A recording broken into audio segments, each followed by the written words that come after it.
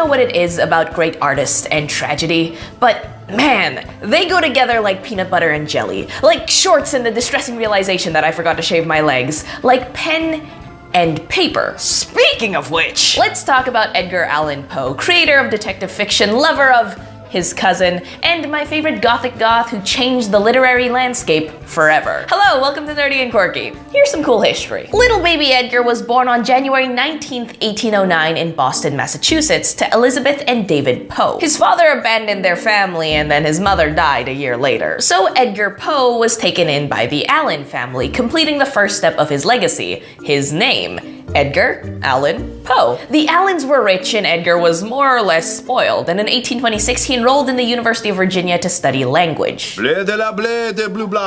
However, whether it was due to a chaotic school system that is even worse than America's today, which is saying something, or because Poe got caught up in gambling debts, he dropped out a year later and his relationship with his foster father was strained. So he then entered the military under a false name and age and went on to attain the highest rank possible for his position.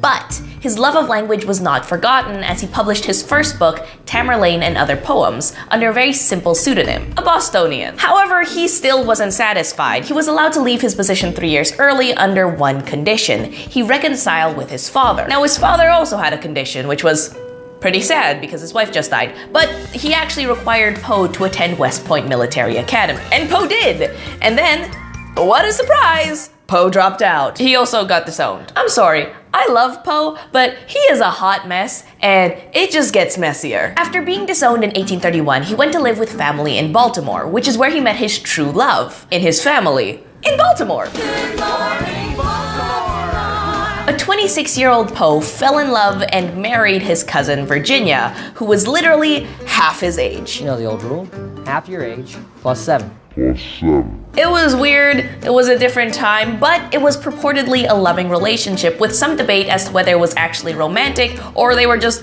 great pals who were married and related. Now, putting that bag of weird aside, Poe's writing career was pretty average. There wasn't this explicit tragedy like Van Gogh who never got to sell a single piece, but there wasn't this rocket to stardom like Mozart or Justin Bieber. Poe suffered, like many authors at the time, at the hands of publishers who were happy to publish but not so happy to pay. So although Poe was one of the first in America to make a living as a writer, it was just barely a living. Stop. And on September 27th, 1849, he left New York for Philadelphia to take up an editing job and then just vanished, only to be found on October 3rd in a ditch in Baltimore, in clothes that weren't his and delirious. And 4 days later, he died. Now, there are a few theories as to what actually caused this, ranging from illness to beatings to carbon monoxide poisoning. But one of them is especially interesting. It requires you to know that October 3rd was an election day,